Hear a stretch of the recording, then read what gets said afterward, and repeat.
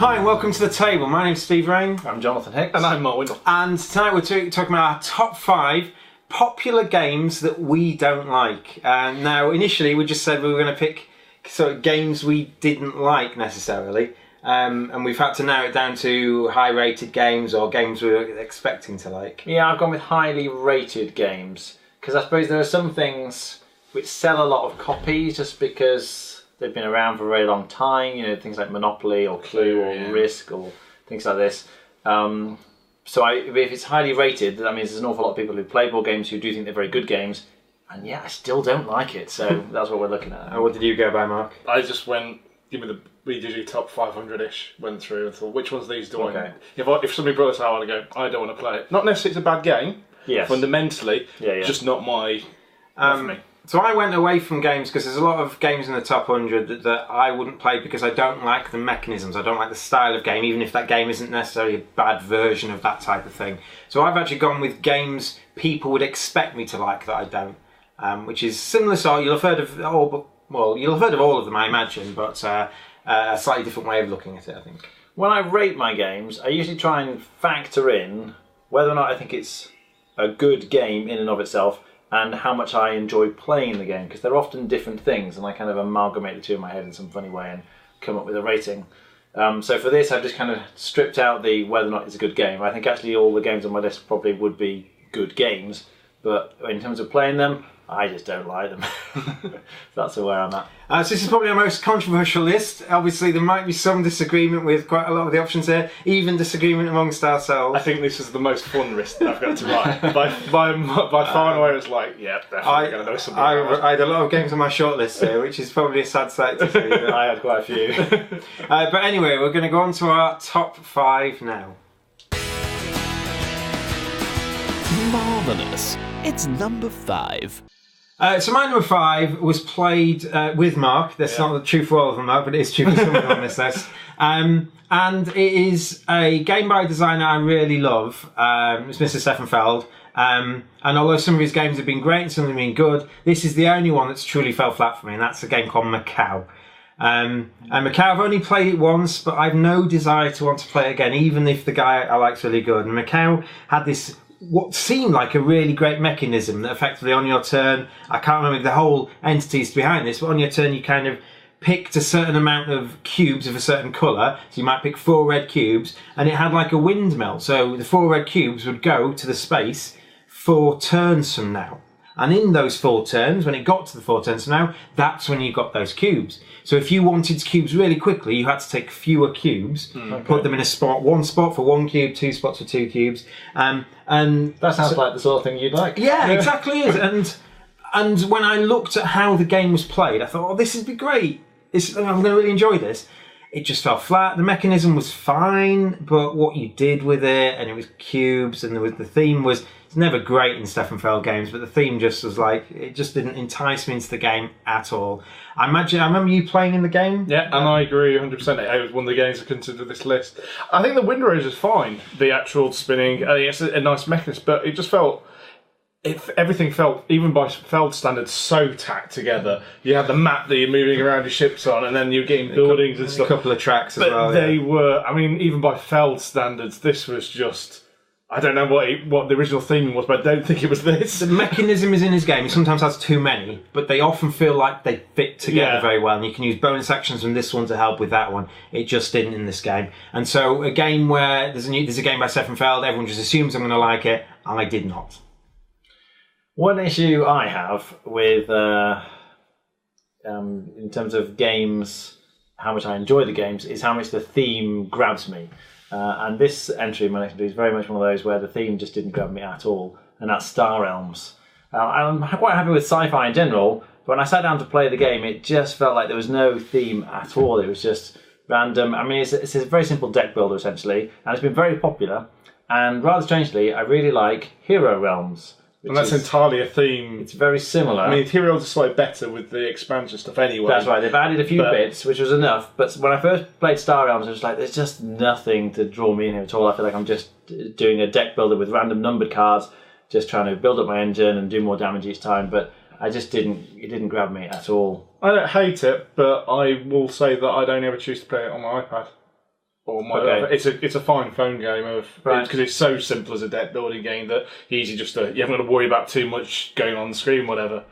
I can sort of see your point. That it's just the fact that it's in space is kind of irrelevant, but you didn't like that. I mean, I've played quite a few of these sort of dueling mage games where you're trying to build up your team of people and you attack the other team of people. I mean, I suppose a bit like Magic, and there's quite a few of these. And some of them are a lot heavier, so I really like Mage Wars, for example. But this, I think, was just way too light and way too themeless. I just have no interest in playing it. I think we've got it in the cafe, and I've only ever seen it played once. I think it's a very flash in the pan sort of game. It was really massive when it came out, and I think it kind of died away. I think Hero Realms is still going strong, but I think that is because you can have different heroes, so your starting decks. That's right. And that just adds to that, just something more, a bit more to get your teeth into, I think. Yeah, the fact that in Hero Realms you could choose to be like a ranger type character or a wizard or a warrior, whatever it is, and it gives you different starting cards. That was interesting. It's like, oh, okay, great. I'm going to try this different strategy that my opponent can't do because he doesn't have the same cards as me. That was interesting, but yeah, the base Star Realms was just, I've got exactly the same cards. Okay. Well, you two have been not controversial enough, so I'm going to go straight for a big start. Lords of Waterdeep. Okay. It's just too bland for me. Talking about Stefan Felting, this really is a thinner theme as possibly you could ever do. But it is, here's some cubes. Make them into different cubes, spend them on a card, and repeat. And my issue is, it's like with the expansion, at least adds something to it, but in the base game, it takes ages. Yeah. It's a really long game for doing nothing for 2 hours. Yeah. Lords of Waterdeep should be done in an hour. Because there isn't enough in there to hold my attention for 2 hours. And it is literally cube grabbing and that's it. Unless occasionally somebody goes, here's a card to spoil your day. And then you go, wish you'd not bothered even sitting around the table. Did you play this when it first came out? Yes. And you still felt the same way? Yes. Okay. Because I would imagine the games have just done what this has done, but better since then. I didn't play it when it first came out. So. I think I'd already played Stone Age, which is a similar-ish way, but at least has some sort of decision tree in it. So the one good bit about the Lords of Waterdeep, or one of the bits that's very strong, is the bit I don't like about it is the theme. Not the theme. It's the attacking each other. Okay. And that feels very thematic. And the only bit about that theme is you can subvert that guy, nick that guy, and steal cards off there, and attack this person by giving them a mandatory quest. And that's the bit in the game that adds the theme, and that's the bit I don't like. I like the game, I have to say. I'll play it. The theme, I like the Dungeons & Dragons theme. I don't like the theme in this game, though. It doesn't seem to fit at all, as you say, because it's like, I need some rogues. Well, they're just black cubes? That's not... Like the fact that somebody did D&D pools for it, which had little cubes that actually look, which actually probably makes it a better experience. The best thing to say about it, in my opinion, though, while the theme is incredibly tacked on, it also makes it a lot easier to sell to players who wouldn't necessarily play board games. It's designed as your entry-level work placement game. Yeah. And you can get tabletoppers who will go, okay, I'll give it a try, it's got a D&D theme on it. But for me, coming from a gaming aspect side of it, that isn't a selling point to me. I think the mechanism's good. That's the reason I enjoy playing it, is because of I like the worker placement thing. There's a lot of different spots you can go to, and the whole fact that you've got the buildings that give you extra worker placement spots as they keep coming out. And if you get a building, you're getting stuff every time somebody uses that particular space because you own it. I really like that. I mean, it's not the first time it's been done, but I think they've done it in a very streamlined way. So if you've re-themed it with something a bit prettier, I would really like it. But yeah, I can see why. I'm kind of with Mark. It probably takes a bit too long for what it is.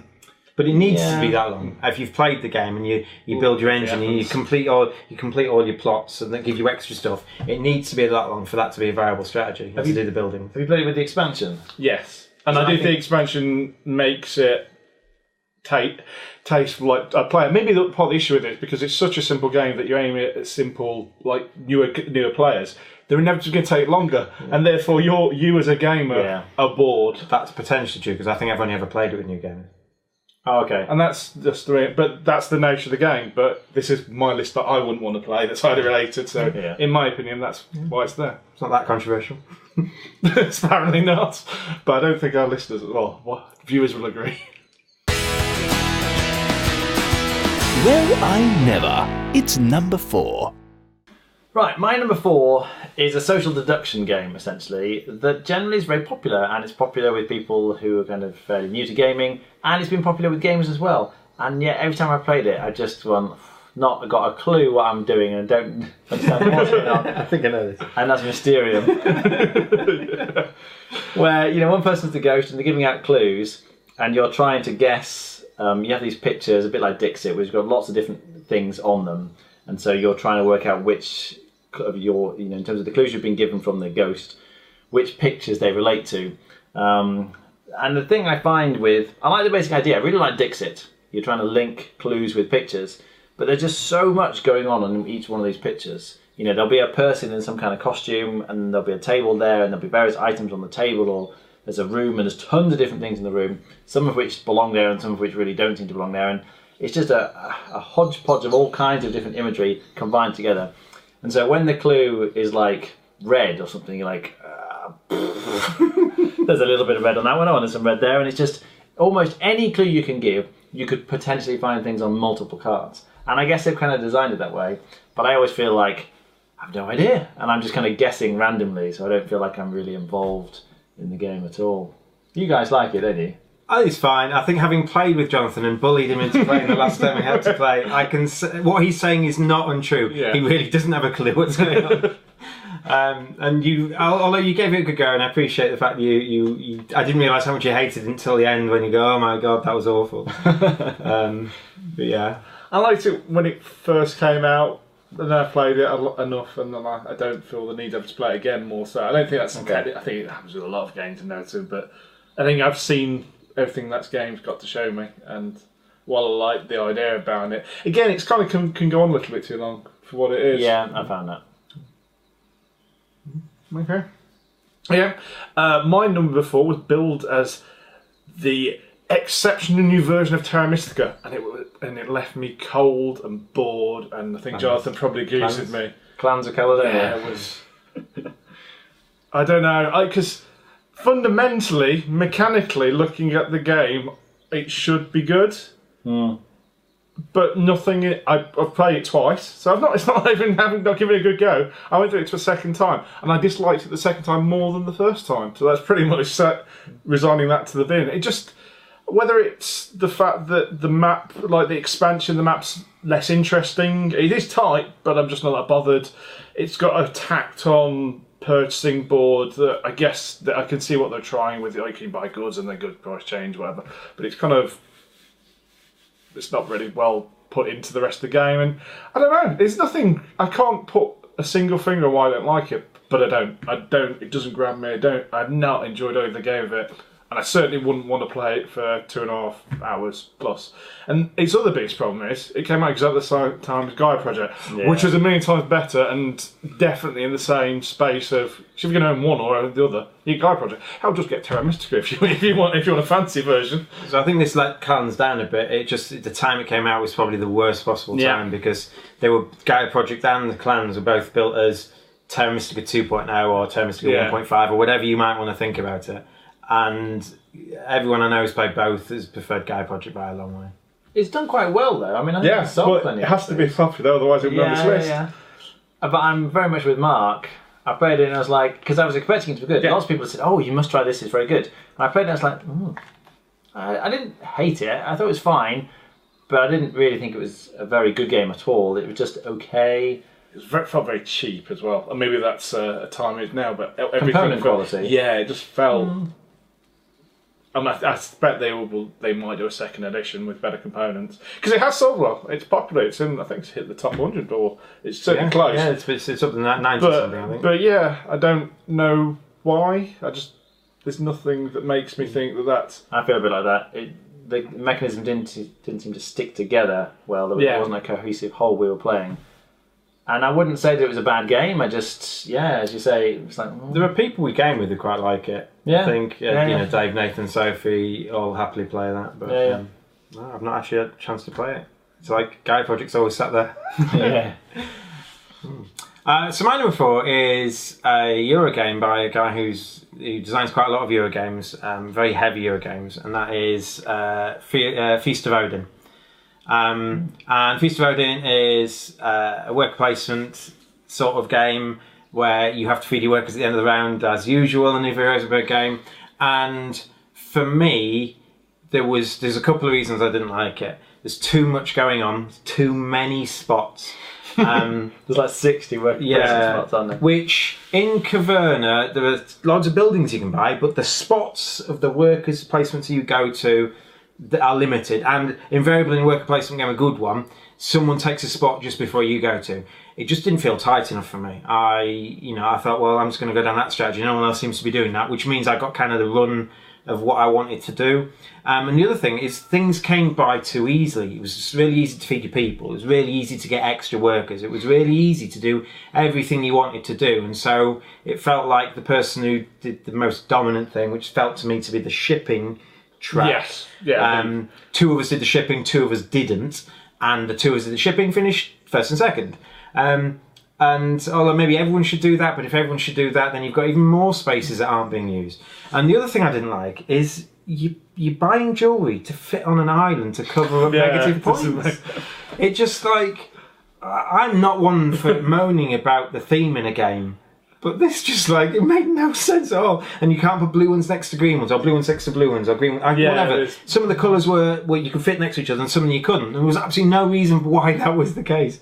And when you fed people, you kind of turned things sideways, and the more food it had, the longer the piece was. It was just like, for loads of little reasons, that game just did not appeal to me whatsoever. And so it was a game I really disliked when I played it. I really like it. I think all Steve's points are valid, though. I wouldn't disagree with any of them. But I think one of the things is you like games to be very tight. And he's right, it's not tight at all. Because there's so many worker placement spots, it's very unlikely that you can get beaten out to what you want. It's possible. But you can go to a spot to copy a different spot. Yeah. And so if there's this spot that you really need and that tension comes to you, well, it doesn't matter if he takes that, I'll just go there instead. But I like the freedom. I'm like, I'm just going to try this route this time, or this route that time. I think, the whatever it is when you send the people overseas, shipping I think that's too. It also makes it too strong, but it makes you feeding as well. So you have fewer people to feed. So it's got feeding's still easy. No one seemed to fail to feed. But you get the highest number of points from doing that, mixed with having to less bothered about feeding. I'm sure if you play the game more, the strategies might be balanced. There might be ways to make the other strategies more effective. I just thought, well, shipping seems let's do that. And the person who played it before, Mark, did that as well.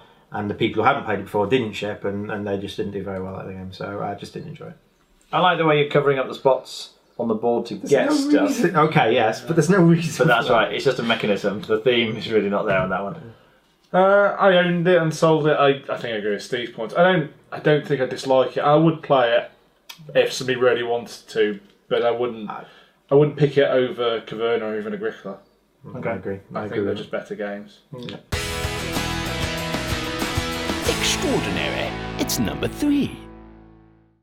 Okay, so my number 3 is definitely a highly rated game, and another good game for new gamers that just doesn't catch me at all, and that's Splendor. I know that's really popular. Why don't I like it? Kind of receive back to Lords of Waterdeep, it's just convert stuff into other stuff. But that is the whole game. I mean, the advantage is this is quicker. But even then, there is so... for me, it's just too little to... I just can't... The problem, I set out to play it, and then I get distracted, and I start going, it's nice, outside looks good, and then it comes back to a turn, and I do some more, and I go, I couldn't really care from there. And that's it. It's not a thing that's fundamentally wrong with the game, it just... It doesn't hold my attention at any point, so I can't pretend to like it. Yeah, it is pretty dry. Yeah. First time I played it, I was like, it's alright. But I found the more I played it, the more I liked it. I think you start seeing strategies that didn't immediately seem viable actually work quite well. Because it looks like an engine building game. But if you just save up all your chips and try and buy the really big 5-point cards, you can actually do really well. Yeah.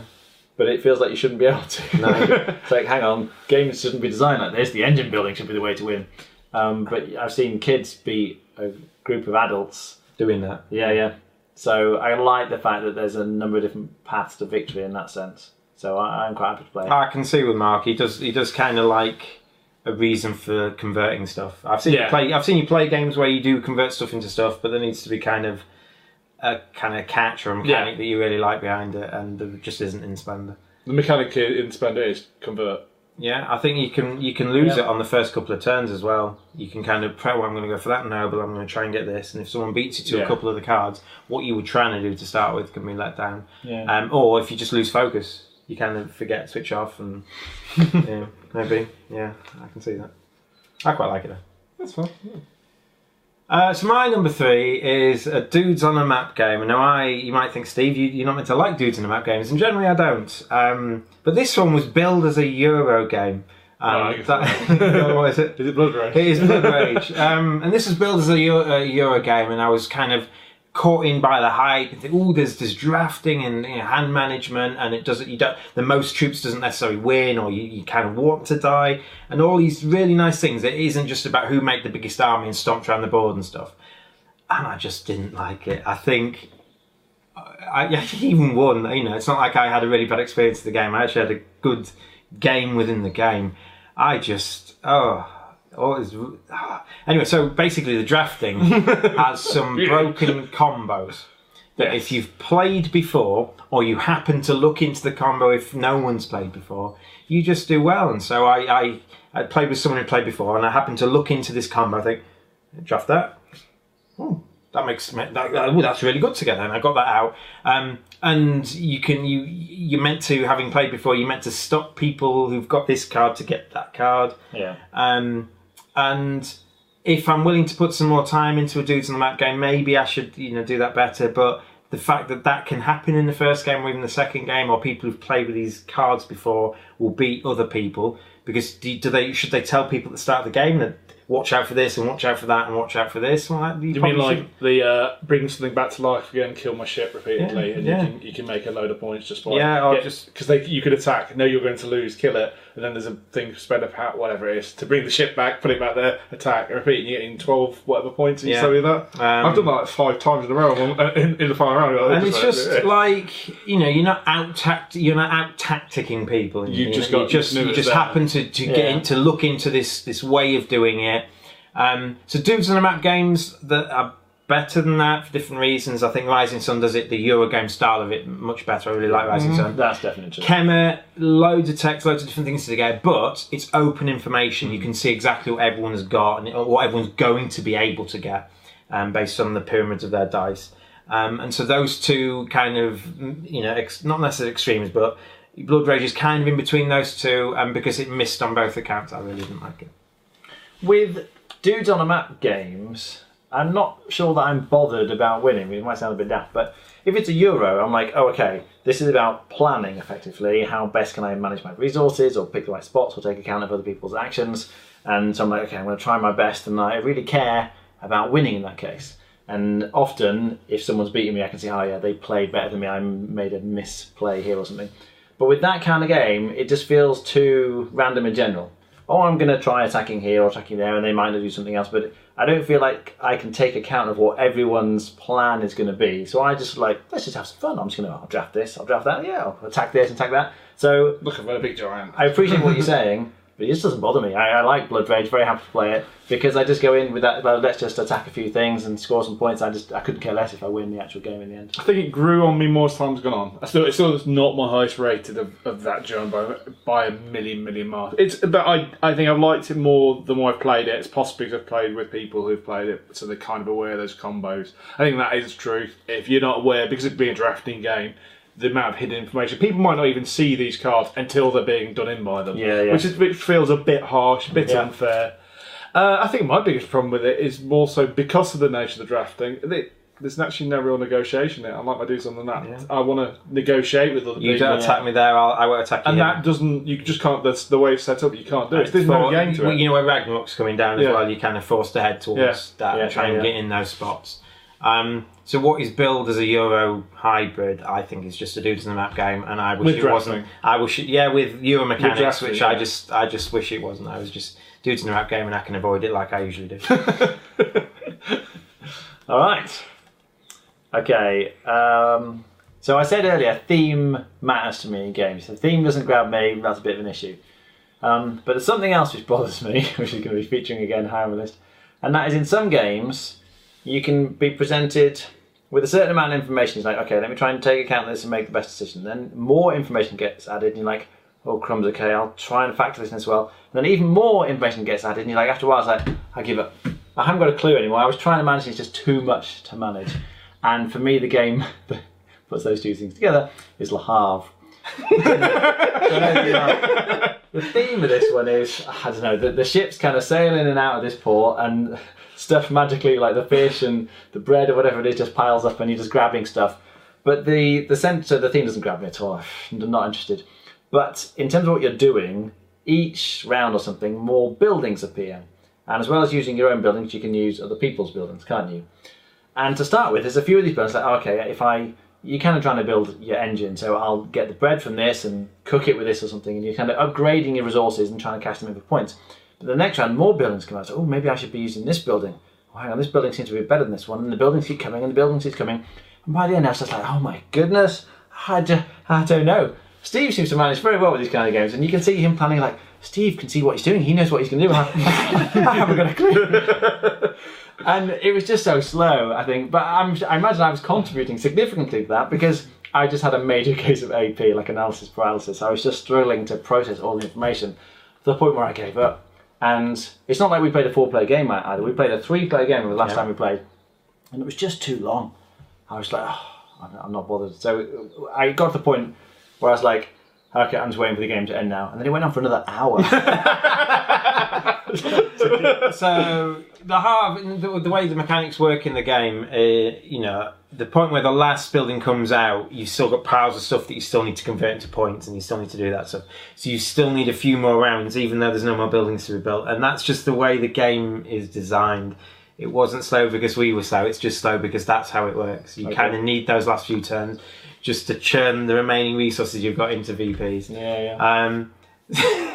So we played this game with A-Bomb, and he got into debt. It's just so funny. He got into debt and then had to take more loans to pay off of the loans, even though I told him at the start of the game not to do that. That was the thing. He warned him. It was like, the rules explanation is done. Says, okay, just a quick tip here, A-Bomb. And Jonathan, yeah. Make sure you don't get into debt, because it's very hard to service the debt, and you'll just spend the rest of the game paying off your debt and paying off your debt. And that's exactly what he did. And we saw him taking the loan. And you're sure you want to do that? I know what I'm doing. I know what I'm doing. He really I can kind of see Jonathan with this. You kind of need to know. You're going to need steel by the end of the game, but to get steel, you need to get the ore, and then you need to smelt it, then you need to go to the cokery to get the power that you need to convert things into steel. And it's several turns in the making, all while still trying to have enough food at the end of each week to feed your people. I've never played this in real life. I've played it on the iPad a few times. Just in that sort of circles, it's fine. I can understand though, from your position, that there was a lot of options and there's a lot of stages to get through to those options. Yeah. And it's a lot to take in. So I think that's a reason I like the game, and I think that's the reason you don't. Yes. So. Yeah. Spiffing. It's number 2. So when I was making my list, I tried to list down a lot of the games I don't like, and I'm like, oh, I don't like that one, I don't like that one, I don't like that one. I'm like, oh, they've got the same mechanic, or maybe it's a mechanic I don't like. And then I had another group of games that shared the same mechanic. However, I'm going to put the mechanic in this time as number 2, because this game has made me hate this mechanic in, I believe, quite a lot of other games, and that is Dominion. And that is deck building generally, but Dominion is a game I just don't like. I played it the first time, like 2009, maybe a year after it came out, before I was heavily into games.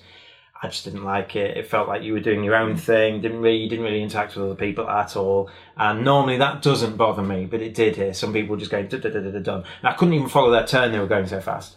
There's no reason to be doing what you're doing. There's no reason that the market does this and the blacksmith does that. It kind of. And there's hundreds and hundreds of cards, and people who've played it a lot will do very well. And there's quite a lot of deck builders I thought about putting on this list. Dominion's the number 1 evil for me, I think. Deck building is not a thing I've liked, mainly because Dominion put me off. I think for deck builder to hook me, it's got to have a reason for doing what you're doing. I could cite a few games that have like a board or a map or something. But I understand this is unpopular because I think a lot of people really like Dominion as like the king of deck builders, and I just don't. I do really like Dominion, and I think though Perhaps because you came into it a bit late, and as you say, playing with very experienced players, that's not fun. You know, with a game like Dominion, as I say, because there's quite a few combos. If you know what you're doing, you can just go bang, bang, bang, and you're just sort of left sitting there going, well, what's just happened there? They seem to be running away with all the points. But I started learning with a group of people who didn't know, who'd never seen a deck builder before. Like, we got it as soon as it came out, and we were like, what is this thing? This is remarkable. Because the whole idea of having a very small deck and gradually adding cards and having your own deck and not mixing with anyone else, that was extraordinary at the time. And it feels fairly commonplace now because there are loads of deck builders all over the place. But I think the history of it for me kind of cemented it as a great game because at the time it was really genre defining, literally. Don't get me wrong, it is a good game that I hate. It is a good game because it's tactically sound. They've tournaments here. There are definitely people have kind of theorised mathematically what to do if your distribution of starting hands is 4 money then 3 money or 5 money then 2 money. In which order you do, what should you buy in which particular game, and they've gone down that route of it. So clearly it's a very tactical game. The game isn't is not on sound by any stretch of the means. I don't ever want to play it. I agree with Steve. I owned it and sold it. There's just it's very hard to affect anybody else in the game. The purity is very good, but I like deck building as part of a bigger something else. I'm not sure that pure deck building is enough to keep me playing a game. I like games that use deck building as a driving force to do something else. You can affect people, but that would make me hate the game more if people affected me. If people put curses in my deck. Oh yeah, there's The Witcher. If I'm going to play a game like that, fine, whatever. I'll try and be as efficient as I can, and I'll do my own thing like everyone else and see, oh, did I win at the end? But if then people can try and interact with me by giving me curses, no. It's always surprised me because I remember, you've commented on numerous occasions that you don't like deck builders, and it's always surprised me. I would have expected you to like the purity of the engine building in that sense. No. So there was another mechanic. I'll tell you at the end of the video. There's another mechanic that came up quite a lot when I thought about games I didn't like, and this did as well. There's a few deck builders I do like because they have a reason for doing it. Yeah. But if I had to pick one that I hate more than anyone, it'd be this one. Okay. Right, we're on 2, aren't we? Okay, my number 2. This is another one that just the analysis paralysis kicks in and I can't cope. And that is a game which actually doesn't sound like it should be that heavy, and that's Castles of Mad King Ludwig. And I like the whole building your little castle thing. That's fun. But the thing I really don't like is the pricing the rooms. Yeah. So a bunch of rooms come out, and then it's your turn to price them, and you decide how expensive this room or that room or this room is going to be. That's the best bit. Yeah, I know, for many people it is the best bit. But I sit there and think, okay, so I want to make sure I don't make them so expensive that the one I want to buy is really expensive, but not so cheap that the one I want gets bought. So I think, okay, that's the one I really want. Now, what's he going to want? Oh, hang on, but what about her? She's going to want, maybe he's going to want, and suddenly the combinations just become too much. It's like, have they got enough money to buy this or this? And I just find I can't plan through how to price it. So it's one of these where the cognitive load just becomes too extreme. I just give up. I haven't got a clue. I'm just going to throw a few coins out and see what happens. So I like that bit because for me, I don't try and ape it in that sort of sense. I just get a rough feel of the table. I think he's going to want that sort of thing, and I just do it. As in, I can try not to if I try to process everything, you're right, it'd be too much. But I think if you just go, I feel he wants that, I feel that. I know I need to be somewhere around there so I can afford it, but it stops people buying it and whatever, and I go for it. So there's obviously some kind of negotiation instinct that most people have that I clearly don't have. Yeah, you don't have negotiation instinct. So I look at it and I'm like, I haven't got a clue. I just honestly, I couldn't even guess as to roughly. I could try and plan it out if you gave me an hour on each turn, but otherwise, I have no feel for it. I don't know what I'm doing. So you don't like the whole game because you don't like one aspect of it? No, but that's the central mechanism. Yeah, he's the best one. It's where all the skill lies. Yes. I believe. So each time it comes around to that, I'm like, oh, I'm not bothered about this. Oh, I've ended up with this piece. Okay, I'll try and build my little castle. So I don't enjoy it. So you just like somebody to give you the box and you just build a castle and then done. The Palaces of Mad King Ludwig, the sequel, I do really like, but that first one, the Palaces is fine, but the castles is so much more skill comes to it, I think. Negotiation skill. Well, I think negotiation games is something not necessarily you don't like, but you find difficult. Yeah. Also, it's not just negotiate; it's valuation on the fly. It's going. This is worth trying to work out what other people are going to do, and that's hard. But I like games like that. You quite like Broom Service. I do. Trying to predict what other people are going to do, and when to go brave and not. Yes, that feels simple enough. Okay. Like I can math it out, as it were. Okay. And I suppose also in that, if push comes to shove, if money in the turn order, don't go brave. You can to win well. You'd have to guess, but if you're not certain, I think in Broom Service you can maybe you can see where you sit on the table. I think because a lot of the time it just boils down to brave or do I really need cowardly. Whereas with the pricing, it's like I've got numbers. I've got to attach different numbers to each of these different things. So yeah. I kind of just said the bit I want. I'm like, would I can't remember the quantities. It's thousands, isn't it, or something? So like, if I sign this 6,000, would I be happy to pay 6,000? It's a bit much, but yeah. But then would I be happy if someone else bought it off me for 6,000? Yeah, it's fine. Yeah, so that feels like the right area to go. If I'm like, would I be happy if someone bought that? No, it needs to be higher. I'm happy paying a bit more if I guarantee getting it and that sort of thing. Okay. I like it, and I'm a bit like Mark. I don't math it out. I kind of have a feel for what I might not plan everything out. I'm like, who's got not much money? Well, they probably want this one, so I want them to buy it off me. I don't want them to pass, so I'll let them get that. And the one I want, I'm gonna. Well, no one's gonna want that. I'll risk it and go down here, and that kind of getting away with undercutting or overcutting people by the right amount is that's what makes the game good. When I play it with other people, I can see them doing that though. I can see that they are reasonably accurately judging it, so I feel like I'm just getting done in each time. I'm the one they're taking advantage of when they're doing it. Okay, my number 2. I know you two guys both like, but I'm not even sure I consider it a game. Ricochet Robots. It's a puzzle that many people sit right at the time as everybody else.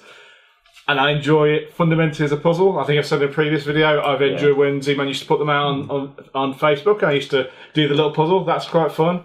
But I have no wish to do that while playing with anybody else. Let alone people who are better than me, because I might as well just not stand at the table, because I'm not even part of the game. That's my fun. Because unless you're reasonably equal skill level, you're just not. You might as well just not. You can just go look at the board, and then somebody's already solved it. And that's not a game anymore. That's me standing around looking at some plastic, wooden bits and a board. And so you like the idea. I like the puzzle, but I don't like it as a game. As an interactive puzzle, it's fine. I'm happy to do that. But I have no wish to play to play it timed against other people. I'm not sure I enjoy it that much playing with equal people, because I think I enjoy just looking at the puzzle. So this doesn't shock me at all.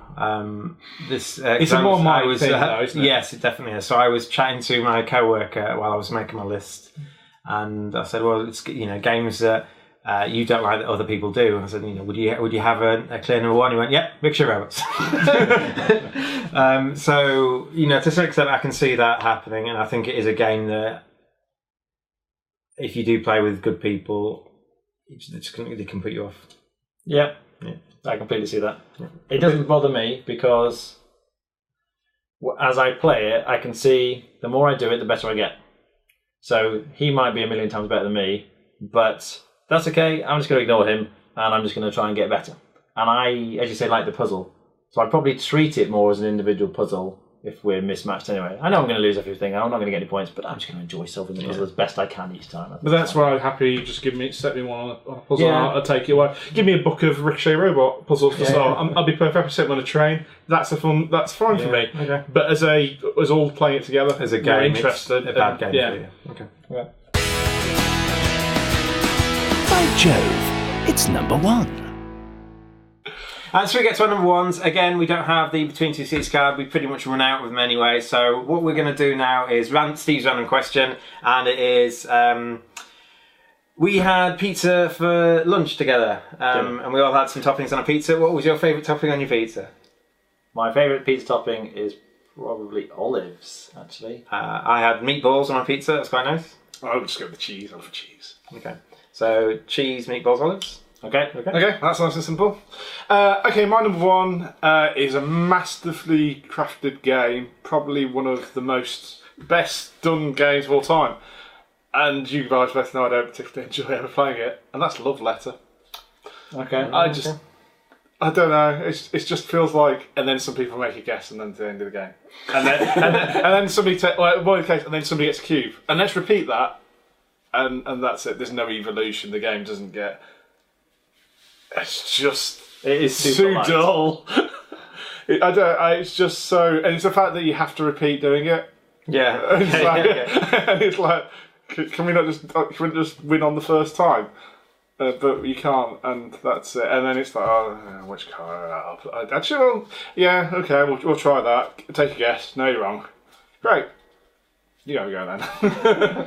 You generally like heavy games with lots of complexity anyway, don't you? Yes, and Do you feel like just once games become too light, you just have no interest in playing? Yeah, I think there's some truth in that. This is one of the most heavily played light games. Yeah, that's true. I've been forced to play this a lot. Yes, I think that's one of the things. Even gamers sit down and we play it sometimes. Don't we? Yeah. Game Do you night. like the Cthulhu version? I think that the versions of Batman and the Lovecraft Letter are better because they had a bit more to it. Yeah. But I think the fact that I've been forced to play the base version, because it was obviously the only version for years, and you couldn't get away from it. And I was like, oh, well, should we have a quick game of Love Letter?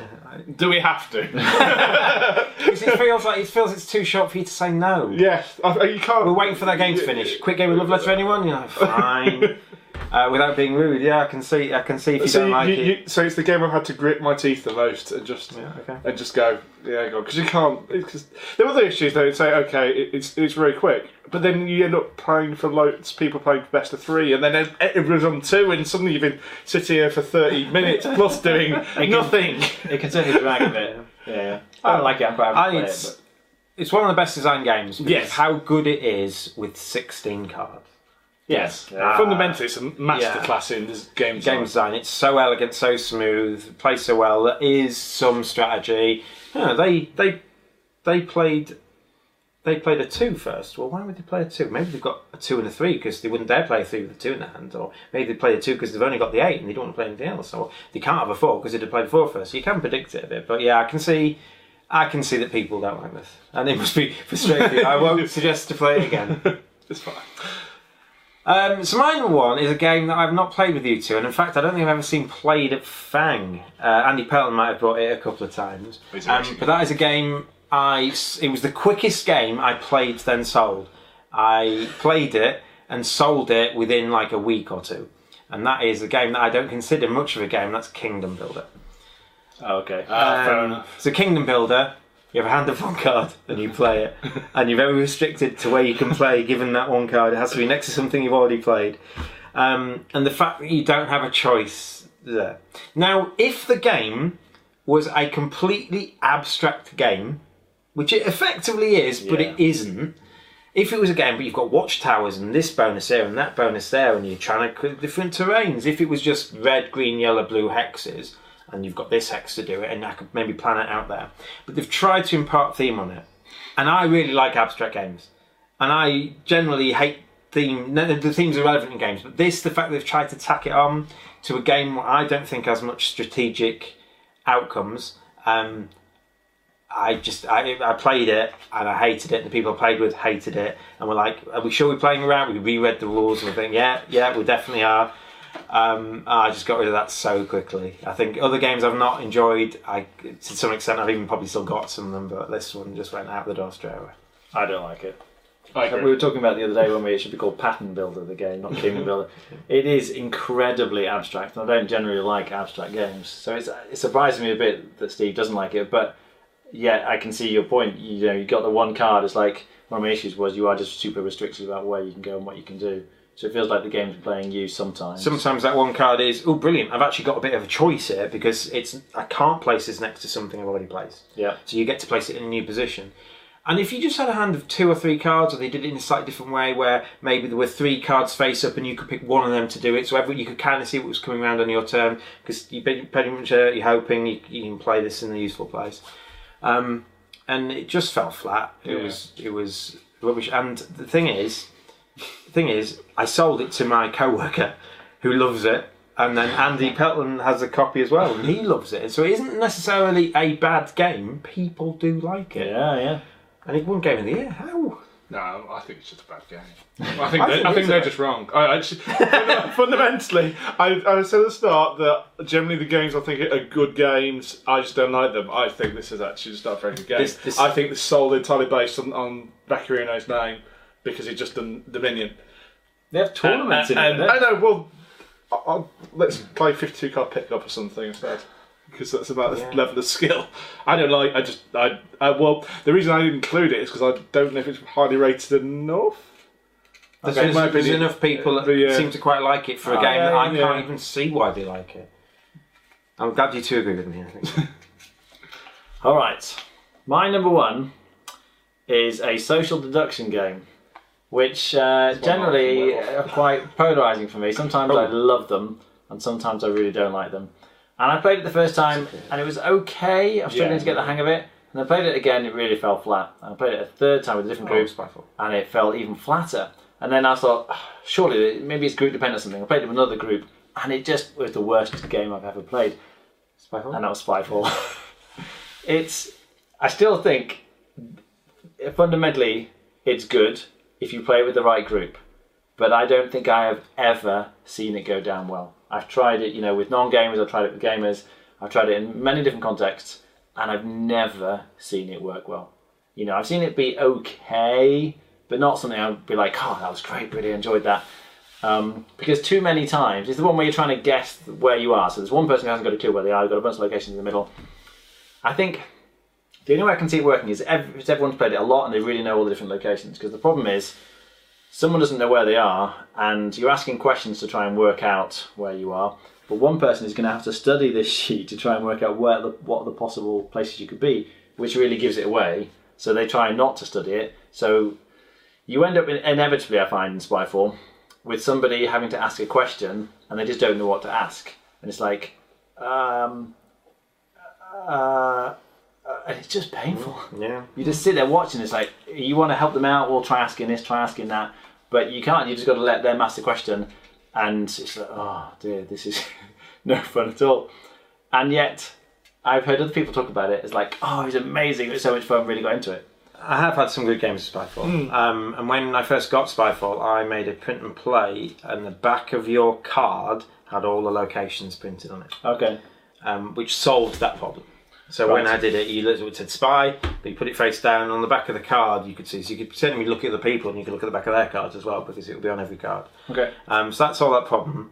I think that Spyfall, the idea is a very good idea. When it first came out, I thought this is great because the idea was great. And since it came out, I think there've been better games that do the same thing. Like I'm thinking of the one off the top of my head is Chameleon, and you don't have that because in Spyfall, you invariably in gamers, you often have certain people in gaming who are socially awkward to some extent, or struggle to be imaginative, or struggle to think imaginative, or whatever, or struggle to maybe ask a question they feel comfortable asking of someone they don't quite know. In a game context, in a timed context. And so you do invariably get this situation. Or you get to the person who goes, oh God, last time I did it, I gave it away, but my question was too obvious, so I need to think of a less obvious question. And it's all going through the head. And again like an overload of angst. And they're still not thinking of a question. Yeah. It's very much the rabbit in the headlights effect. Yeah. I've had good games of it as well, but I've also had games where even I just whatever, I can't think of a question. I can't, based on what others have come before, and I think you can get that. And when it's based on a timer, the pressure of the time is attacking it. It'd be alright if it was it doesn't really matter, but it really does matter how. So, I like it, but you are right that sometimes it will fall flat, and it's fine, it's quite a short game, you just play different ones. But I play with a lot of my brother, and he's not really a gamer. Well, he just played a few games, but in terms of regular to a board game. Yeah. Okay. Another one of those games you probably... Quick game of Spyfall? So before we go on to honourable mentions, what was the first game that came to your mind when I said this list? Spyfall. Ricochet Robots and probably slightly before Love Letter. Mine was Blood Rage. Although it's not my number one. I thought, Kingdom Hearts. I've only played it once, but it's still burning in my head. In terms of how much I dislike them, Spyfall is a significant chunk above all the rest of the game. Yeah, I mean, I don't think I'll ever play Kingdom Builder again. I might play some of the other games on my list again. I would play Dominion again if I had to. Yeah, that's it. I played Blood Rage if nothing else is going on, but I'd rather, there's like Rising Sun is just, even if Blood Rage was okay, Rising Sun is blowing it out of the water. Yeah, it's so much better. So, honourable mentions. I had quite a few on the list. I've probably only got one that I don't like as much as any of the others on the list, and that would be a game we haven't finished yet. Charterstone. Charterstone. Oh, okay, yeah. We're like 4 games in, I think. I'm just Will you just play more? Yeah, possibly, but I feel like I can't drop out now, and it feels painful to want to have to play that. Because we've started and we've wrote on things, and it's a legacy game. Yeah. I didn't enjoy it. I haven't enjoyed it so far. We haven't played it for months. We're going to make him play it again. I know, and this is why I'm dreading it. I didn't want to put it on the list because I didn't want you to shout at me. I've got quite a few. For lack of theme, I've got Trajan, Stefan Feld.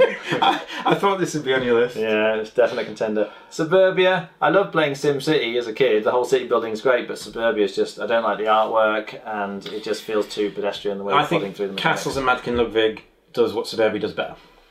Okay, yeah. I think the bidding in Castles kind of beats Suburbia for me. As a game. I mean, the themes are relevant for me. The game's better. Tigris and Euphrates. Another very well-regarded game. Do you not like that? Just thematically, I'm just like... Okay, but the game itself, it's an abstract game. You would play that, wouldn't you? I would. Would you not? But I thought you'd like that. It's good. I can... in terms of, I was talking about combining how good a game it is with how I feel about it, I'd give it a decent rating because I can see it's a very well-crafted game. Okay. But in terms of how much I enjoy playing it... and then, a couple of others. Clank... Just because it's people like the Clank mechanism, that's why. But it was just too bland for me. Terraforming Mars. That was on my shortlist. Again, the theme just felt too pasted on. Even though they made an effort to integrate the theme, I was just like, I'm just pushing cubes here. My last one was Android Netrunner, and that's more for the whole. You're trying to do the bluffing thing, and you're trying to make a run or something. You're putting things to protect it, but are you really protecting it? That's the negotiation AP. I hadn't got a clue what I was doing. I felt like I was just randomly attacking things for the sake of it. So that's what I had. Yeah, I would go with Automobiles. Okay. It goes on too long for me. Yes, I agree. People think it'll take an hour and it'll take him 2.5, 3. I don't know why. So that's my issue. It's basically a deck builder. Yeah. Anachrony fell really flat for me when I should have really liked it, but it just didn't work for me in the slightest. So I had a few deck builds on my list, but the other mechanic I didn't like, which I mentioned, is you don't know where one guy is and you have to find him. So hidden movement games.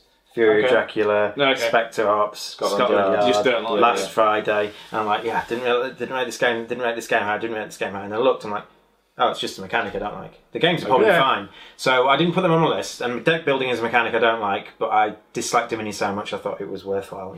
And that is a pure deck building. Another one I'd say, which was relatively recent, Merlin. Just really... The cow was worse. It probably... Merlin was felt a bit at times like a roll and move. I know you can get better. I know you can adjust the dice, but I think you can't adjust. We had that awful game, didn't we, where it lasted like 3 hours. There might be other reasons for that. So anyway, that was our top 5 popular games we don't like. I'm sure that you might have lots of reservations. I'm sure maybe we've said a game that you hate even more than we do. Please verify that in the comments below. And if there's any games you think that we've mentioned that we've liked in the past and you really don't, please mention those too. It'll be nice. I've been Steve. I'm Jonathan. And I've been Mark. See you later. Bye.